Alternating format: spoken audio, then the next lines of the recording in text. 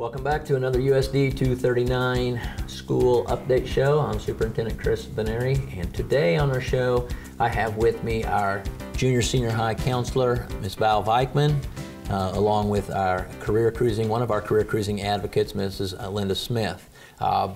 Today I'd like to ask some questions, a series just to inform the public and about what we do at the high school, the junior senior high school, with our counseling services. There are usually three aspects when it comes to counseling, and that would be college, career, and more so today probably than ever, social emotional. And so I'll start with you, Ms. Beikmann. What do we have in place as far as the college pieces to help prepare our students? Sure. On the college side, basically we have students that have the opportunity to take 23 concurrent credit hours through typically Cloud County, but there are other colleges that students reach out to. And obviously this is a big advantage for students heading off to the college because they have basically a semester and a half worth of credit prior to entering college, which is a great thing. We also have a few of our students who attend Salina Area Tech part-time during their junior and senior years. And although there are minimal program fees, the tuition is free for those students, and the school district does cover the transportation. We do have some students who then graduate from high school and the Salina Tech at the same time, which allows them to go directly into the workforce.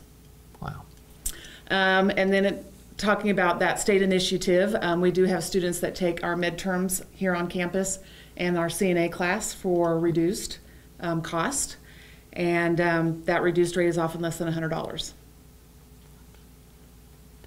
So are we, I think our goal then here at school is try to give our students as many opportunities for college classes that we can. I think we might have just added a couple more in the last couple years or this year. Yep, and we do, through our Artistry Wear program, students can explore a little bit of the career tech education classes that we may not offer to kind of get a feel for their interest in certain areas as well. So if I'm a high school student, what classes can I take that I can take maybe through Cloud County so I can get high school credit and some college credit? Sure. We have English Comp 1, English Comp 2, college speech and psychology, college algebra, and then along with a general chemistry class. General chemistry class. Okay. I understand like you said, possibility of some online classes. I think we just opened one. We have one student who's taking a Washburn Tech online class right now. Yes, yeah. We have students who take nutrition is a popular one. Okay. Human growth and development is becoming more popular. We have a lot of students who are interested in the nursing field. Oh, good. Outside of that, students, do we do anything? Most students take the ACT. We have what's called WorkKeys. Can you explain the two of those and what students should take which ones? Sure. Right now, through a state initiative, the juniors have the opportunity to take an ACT on campus with the state picking up that tab, which is great exposure if you're headed off to a four-year school. And then the WorkKeys offers our students the chance to earn an industry-recognized certificate by the time they leave high school. Okay. So if I decide not to take the ACT and I might not measure up on other areas that I have to meet to qualify for one of those four-year colleges, what other route can I take to get into a four-year college? To get into a four-year college, colleges now look at your curriculum. They do have certain classes that they have to take.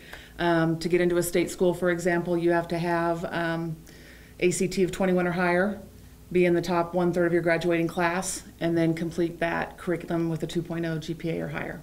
Okay, and if I don't meet those requirements, is there another route that I can take as a student to get there? Absolutely. Basically, if you don't meet those requirements, junior colleges, community colleges allow you to prove yourself a little bit, that you're ready for that college, the four-year college curriculum, and so you can start that route and prove yourself that way. Okay, all good. Do our students have opportunities? Do we take our students to different colleges, or eighth graders, freshmen? I know we do something like that. How's that work? Yeah, we certainly do. So we try to provide that experience because we know that some students have never set foot on a college campus before. And so we take our eighth graders to Beloit, North Central Kansas Technical College, and they have the opportunity to go from program to program and see what that is all about. We take our ninth graders to Salina Tech. Sophomores have the opportunity to go to the career day at Cloud County Community College. And then juniors, last year we took them to Hayes for the experience of a 4-year school. So good, because I know we already have in place, I think juniors and seniors can take a personal day with their parents or somebody to go visit a college, but this actually gets all the kids on some campus. Yes, absolutely. And the state colleges do send admissions reps to our colleges, or to our campus as well. Cool. Yeah. And that allows them to get exposure to what the schools have to offer too. All right. Anything else you'd like to add about the colleges maybe I haven't asked? Or? No, I'm good. Okay, well, thank you. Okay, the other part of the piece is career. So not only do we have to prepare kids for a college or a post-secondary opportunity, we're also looking at our kids for career opportunities to show them what's out there. What do we have in place to prepare our students for that, either one of you? One of the tools that we use within our building, of course, is Career Cruising, which is an online program. And what the advocates and myself do is decide and assess what the students' skills are, what their aspirations are, what their interests are, and then meld those together for an individual plan of study. Not every child and every young adult is going to follow the 4-year post-secondary plan. We talked about 2-year schools, vocational, military, if they want to get certification in something. So what does that look like and how do they get there? So Career Cruising is what we use, the tool that we use for the advocates to explore their interests, compare different resources and things that they're interested in, and then find what best fits for them. On the career piece of it, the 3 different tools that we use within Career Cruising, they look at school selectors that match their the curriculum with what their ultimate career would be. So they can look at if it's 4-year, 2-year, what type of, what the school looks like and what kind of town it's in, cost and various things like that, and compare them side by side. We also have where they can make sure that they can afford those post-secondary plans for like scholarship searches and things like that. But as far as looking at the career piece, it's melding their interests with their skills and doing different assessments to see that those match. If I have an interest in science and I want to be a doctor, but then maybe I'm taking science classes and don't score as well as I think maybe I should to get into that, maybe we need to move them into another direction. So encouraging them to follow their skills as well as their interests for the career choice. So how many students do you personally see, and how often are you able to see your students? I have 70 students right now, and it's through freshmen through juniors.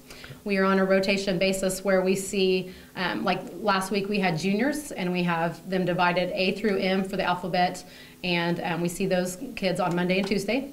And then on the Wednesday, Thursday, we see M through Z for the juniors. So we see them 4 times in 2 weeks. So we then have sophomores in a 2-week rotation and then freshmen, and so then it begins over multiple times. And it's been very beneficial this year. We went from 7th grade through juniors is what we had initially on our caseload to now doing it just with the high school students, which enables us to meet with them a little bit more individually in a smaller group. The most I have in one meeting time is 7, I believe. And we can go to each student and really get to know what their interests are, what their goals are, and meet with them on a more personal basis than we did before, because we kind of had larger groups sometimes. So it's worked out really well too on the rotation that we're on now this year. So if I'm a junior or a senior, and I kind of have an idea of what my interest is, what area of work I want to go into, do our kids have an opportunity to go out into the community and pursue that, like an internship or anything like that? We do have students that we've worked with within the community to have an hour or 2 during the school day to go out and job shadow. Awesome. That's good. As far as Career Fair Day, I know we have one of those each year. How does that shape up? What's that look like for our students? In the spring, we do host a career fair, and basically Mr. Meckel, our principal, has each teacher kind of find somebody that they know that is willing to come talk to the kids about their particular career. And so it's the opportunity for students to learn a little bit about that particular job, the details that refer to the schooling, the day-to-day responsibilities, obviously the income or the financial part of it. Yeah. Okay. Yeah. There is one piece on the Career Cruising that does that as well. When they open up one of the tabs on the Career Cruising and it says careers specifically, they can, maybe there wasn't a match that interests them on after their assessments and there wasn't something that really fit, but they can put in a random job. So if I were to go on and put teacher, there is a place where it shows a tutorial from a specific teacher. They speak about what the day-to-day looks like, the income, the actual curriculum plan to get to being a teacher, what schooling could possibly cost. And so they can get to each one of them and save it to their plan, and they can always come back to it. And then if something catches their interest, they can research it further. So. Good. Well, that's piece number 2 with counseling. I mean, it's not just, and I think the big piece, sometimes when we think of counseling, we think of this third thing, getting counseling, you know, for social emotional issues, and that has been something that's been an emphasis by our State Department, going all the way down to kindergarten and pre-kindergarten.